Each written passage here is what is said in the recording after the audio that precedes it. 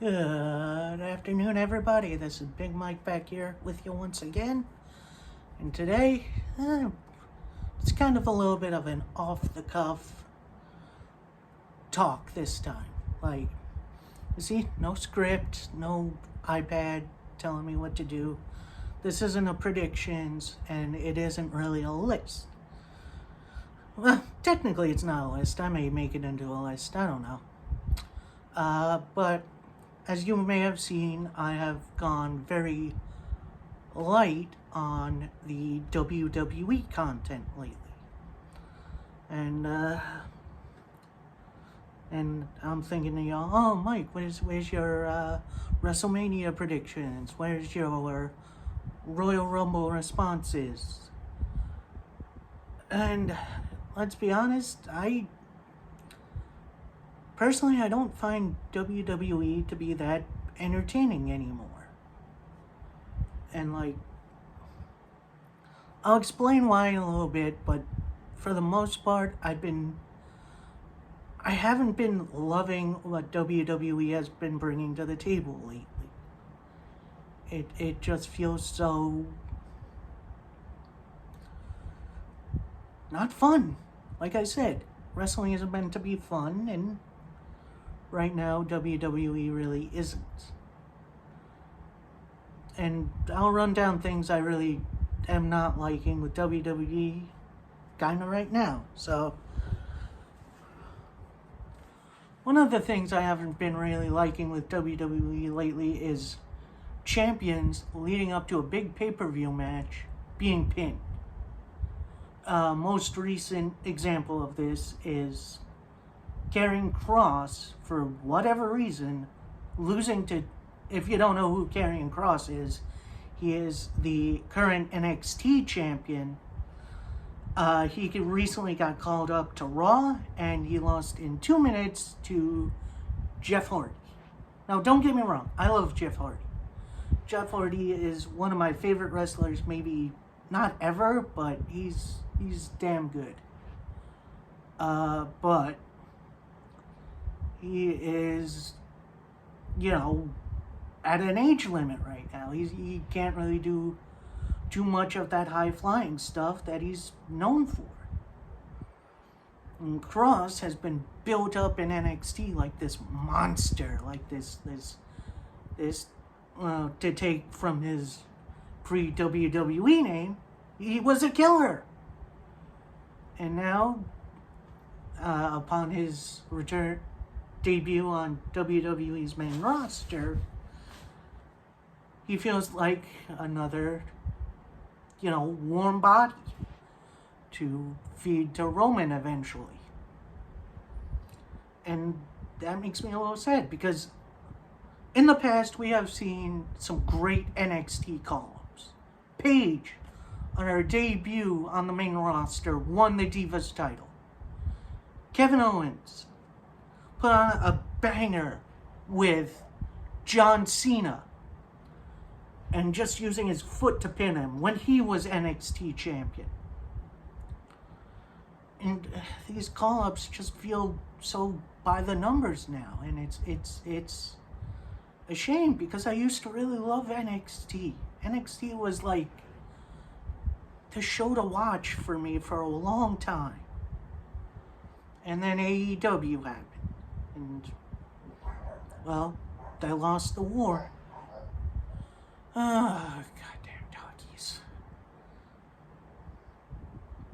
And instead of being super happy for a call-up, a well-deserved call-up, now they're just, here you are.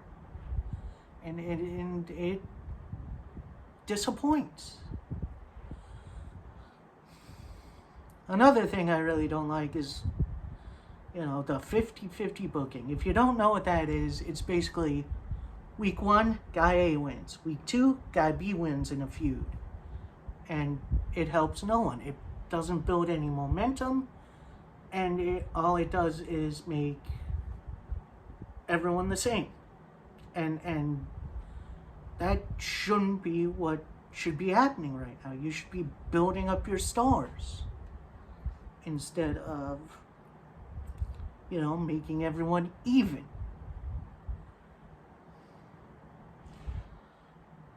This one is kind of a double whammy for me, but recently the WWE Women's Division, although having some great names, has kind of been treated like crap lately. Gone back to the old 2-minute pee break matches, which is a goddamn shame.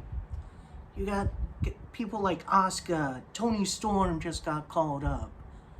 Alexa Bliss used to be really good. Now she's the Fiend. After the Fiend got released. Oh, don't worry, I'll get to that.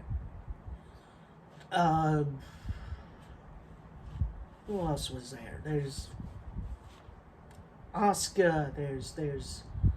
I'll even give Carmella her due. She's greatly improved. Natalya, Tamina. Certain releases like Ruby Riott. Liv Morgan's still a diamond in the rough. And yet, with WWE, they're just doing surface level stuff, and it doesn't feel like what they should be doing, especially after the whole women's revolution stuff. It's counterproductive, and I guess it doesn't really help that their two recent biggest stars, and Becky Lynch and Ronda Rousey, have been having children,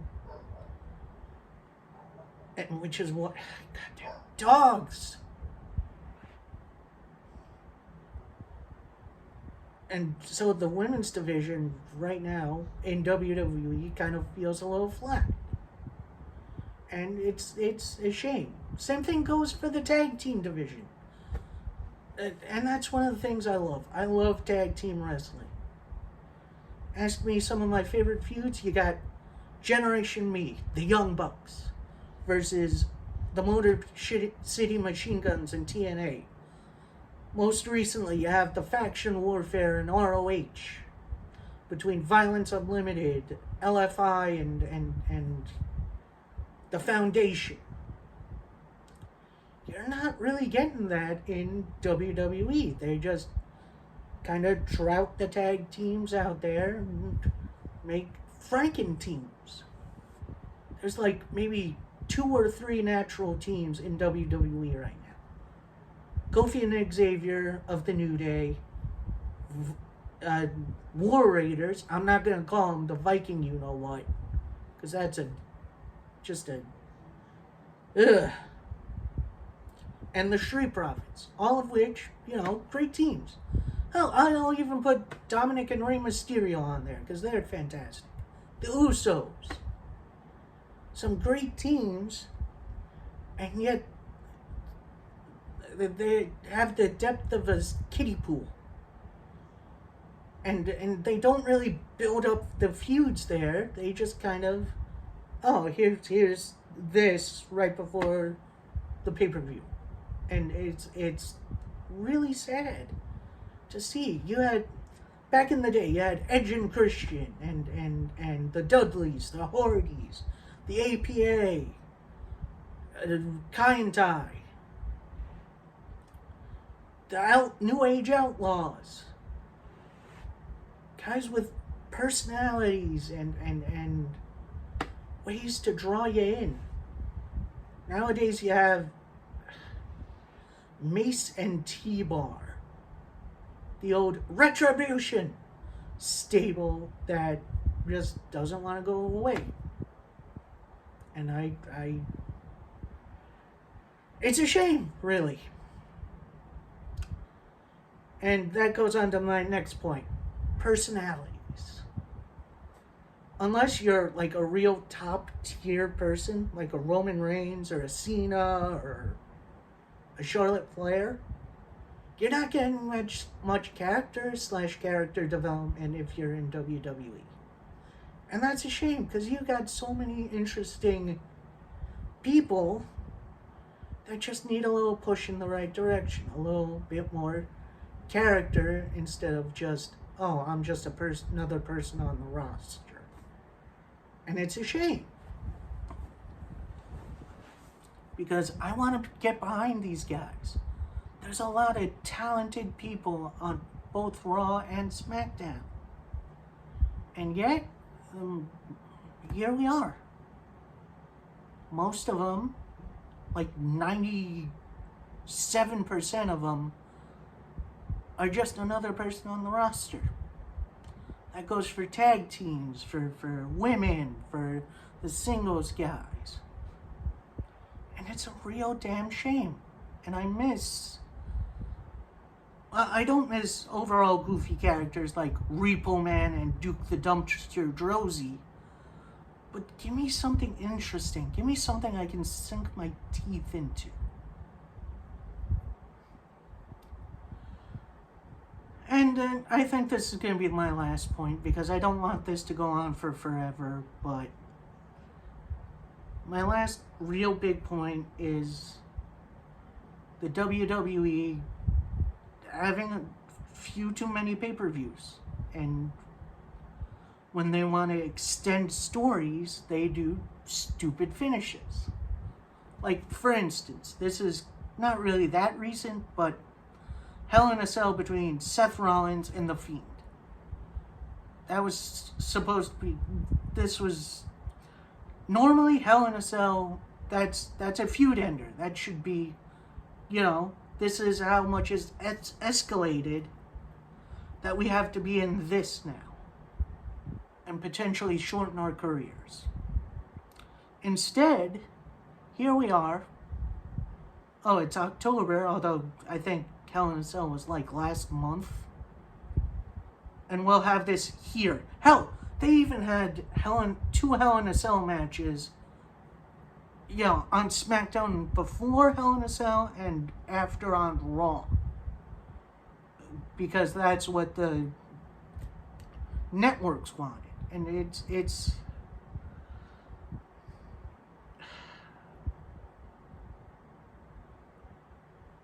sad to see. Like, I miss, Money in the Bank, when it was originally concocted, was a WrestleMania thing.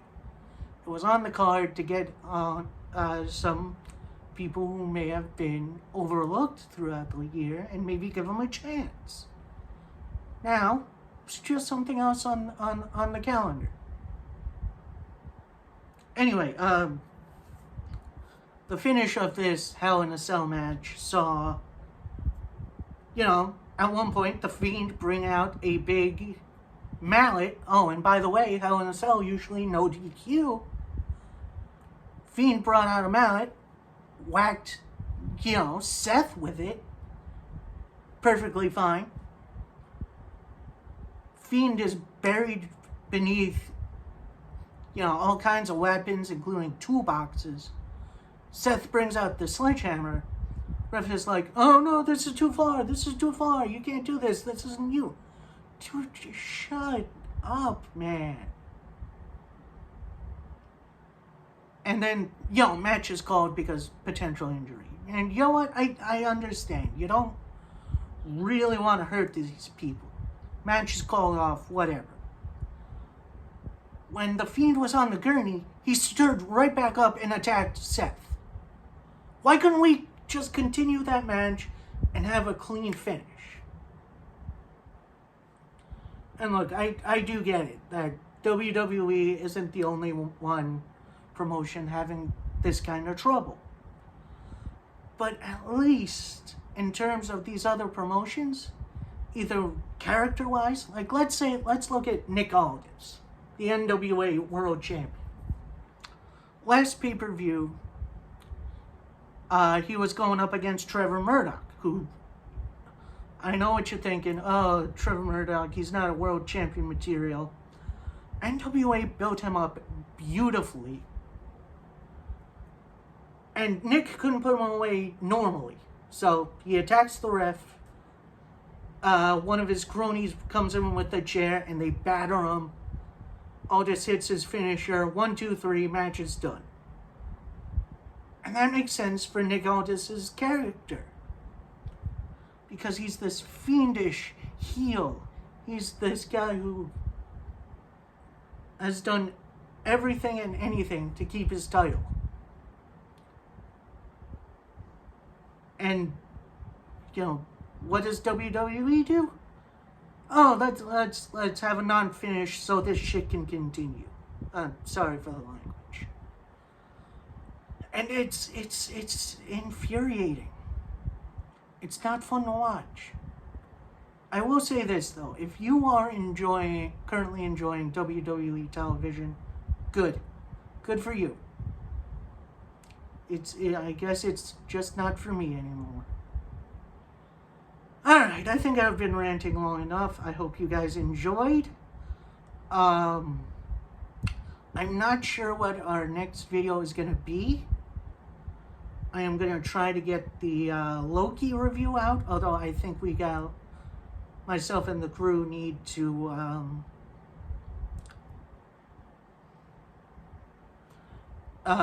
get around a bit of a schedule for right now, considering we got some big things coming up, and well, we haven't really been home at the same time in a while, so I will try to get our guys together and get that done. Alright, like I said, hope you enjoyed. Be sure to like if you like it, comment, subscribe, leave me your opinion. Am I wrong for being so hard on WWE? Should I just shut up and watch?